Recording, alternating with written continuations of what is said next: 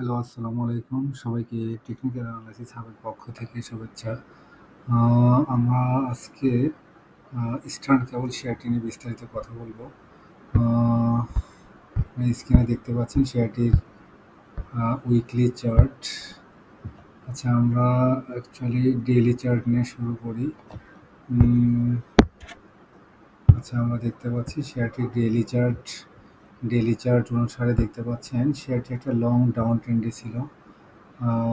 2019 সালে শেয়ারটির সর্বোচ্চ প্রাইস 400 টাকা লেভেলে ছিল। এরপরে শেয়ারটি কিন্তু 19 সালের পরে শেয়ারটি টানা ডাউন ট্রেন্ডে যায় এবং আপনারা দেখতে পাচ্ছেন যে মাঝখানে এখানে ডাউন ট্রেন্ডের এখানে 116 টাকা পর্যন্ত নেমে যায় এবং এরপরে শেয়ারটি দেখতে পাচ্ছেন যে এখানে 2023 সালে সে আবারও ইউটার্ন নেয়।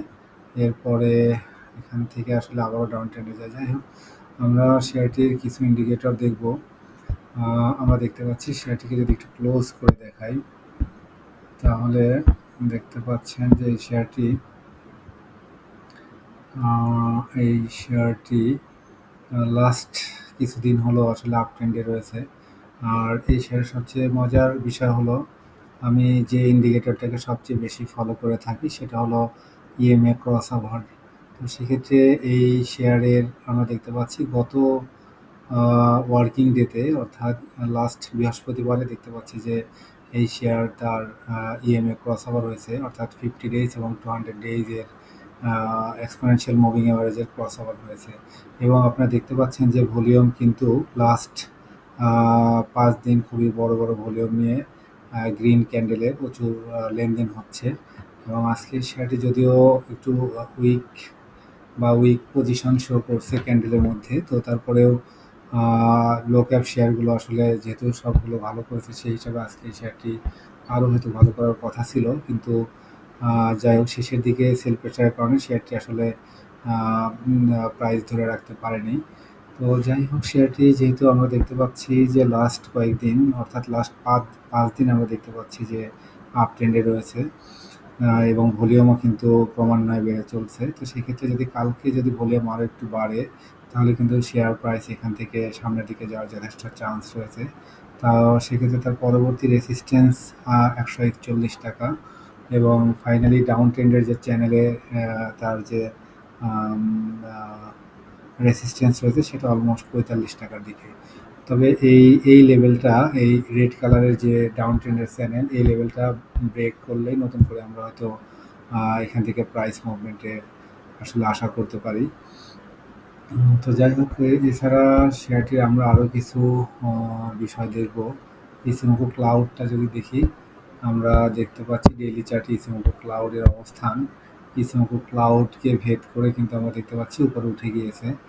সেক্ষেত্রে ডেইলি চার্টে ইসিমোকো ক্লাউড পজিটিভ দিক। এছাড়া অন্যান্য যে লাইনগুলো রয়েছে, টেনকানসেন কিনসেন সবই অলমোস্ট ক্লাউডের উপরেই অবস্থান করছে। আচ্ছা, উইকলি চার্টে যদি দেখি, উইকলি চার্টে দেখতে পাচ্ছেন যে ইসিমোকো ক্লাউডের ভিতরে অবস্থান করছে এবং ইসিমোকো ক্লাউড অতিক্রম করার চেষ্টা করছে। আচ্ছা, এরপরে আমরা অন্য কিছু ইন্ডিকেটর দেখব এই শেয়ারটির। যদি আমরা দেখি এটার ম্যাকডি বা আরএসআই, ম্যাকডি দেখে আসি। আমরা ডেইলি চার্টের ম্যাকডি যদি দেখি, ডেইলি চার্টের ম্যাকডি দেখতে পাচ্ছেন যে লাস্ট 2 দিন কিন্তু ম্যাকডি হিস্টোগ্রামগুলো জিরো লাইনের উপরে অবস্থান করছে এবং আমরা দেখতে পাচ্ছি যে ম্যাকডি লাইন এবং সিগন্যাল লাইন একে অপরকে ক্রস করে গিয়েছে।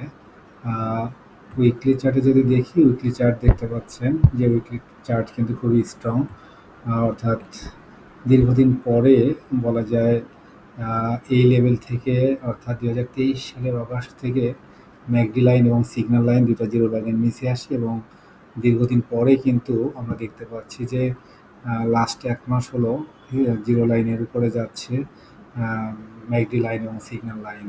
তো এটা অবশ্যই পজিটিভ দিক। আশা করা যায় কিছুদিন হয়তো এই আপ ট্রেন্ড কনফার্মেশন করবে।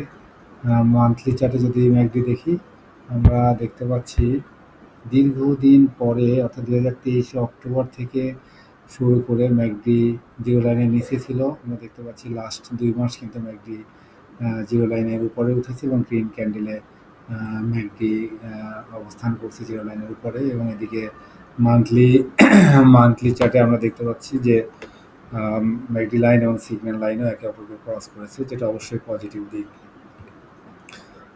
আরএসআই যদি দেখি, আরএসআই আমরা উইকলিতে আরএসআই দেখবো। আরএসআই কিন্তু আমরা দেখতে পাচ্ছি টানা আপ ট্রেন্ডে রয়েছে। আরএসআই লেভেল আপ ট্রেন্ড এবং আরএসআই উইকলি চার্টে অলমোস্ট 60-র কাছাকাছি রয়েছে এবং ডেইলি চার্টে যদি আরএসআই দেখি, ডেইলি চার্ট 63 বা 64-এর কাছাকাছি রয়েছে। যাই হোক, সব কিছু বিচারে আসলে এই শেয়ারটি টেকনিক্যাল অ্যানালাইসিস অনুসারে খুবই ভালো পজিশনে রয়েছে।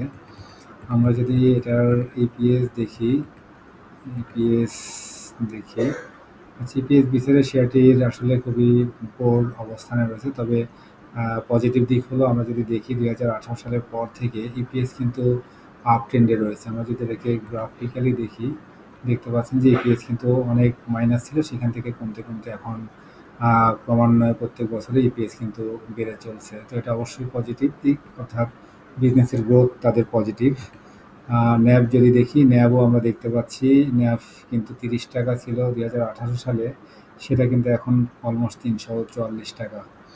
তো সেক্ষেত্রে 344 টাকা ন্যাবের শেয়ারটি অবশ্যই দাম বাড়ার যথেষ্ট স্পেস তাদের সামনে রয়েছে, এটা বলাই যায়। আর ডিভিডেন্ড যদি দেখি, ডিভিডেন্ড বিচারে শেয়ারটি আমরা দেখতে পাচ্ছি 2013 সাল থেকে 13 থেকে অলমোস্ট 18 সাল পর্যন্ত দেখতে পাচ্ছেন 10-12% মধ্যে ডিভিডেন্ড ছিল। এরপরে আসলে ডিভিডেন্ড কমতে কমতে আমরা দেখতে পাচ্ছি 2020 এবং 21 সালে জিরো ডিভিডেন্ড দিয়েছে। এরপরে লাস্ট 3 ইয়ার্স দেখতে পাচ্ছি 2-3% ডিভিডেন্ড দিয়েছে, যেটা খুবই পোর ডিভিডেন্ড। এই ছিল এই শেয়ারের ফান্ডামেন্টাল বিষয়। তো ফান্ডামেন্টাল বিষয়ে আমরা শেয়ারটিকে অবশ্যই বলতে পারি যে শেয়ারটির ফান্ডামেন্টাল আগের চেয়ে যথেষ্ট ভালো। সেক্ষেত্রে শেয়ারটি কিন্তু টেকনিক্যাল এবং ফান্ডামেন্টাল বিচারে শেয়ারটি অবশ্যই ভালো হওয়ার যথেষ্ট স্পেস রয়েছে। তো এই দিক থেকে আমরা শেয়ারটি অবশ্যই অবজারভেশনে রাখতে পারি। এই শেয়ারটির আমার মনে হয় যে যেহেতু ভলিউম বেড়ে চলছে, সেক্ষেত্রে এই শেয়ারটি এই লেভেলটা 142 টাকার এই লেভেল ক্রস করলে ফাইনালি 160 টাকার লেভেল এবং এরপরে আমরা দেখতে পাচ্ছি 182 টাকার রেসিস্টেন্স রয়েছে। যাই হোক, এই ছিল এই শেয়ারের ফান্ডামেন্টাল এবং টেকনিক্যাল অ্যানালাইসিস।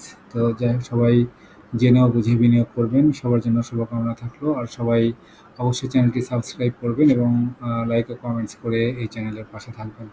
আসসালামু আলাইকুম।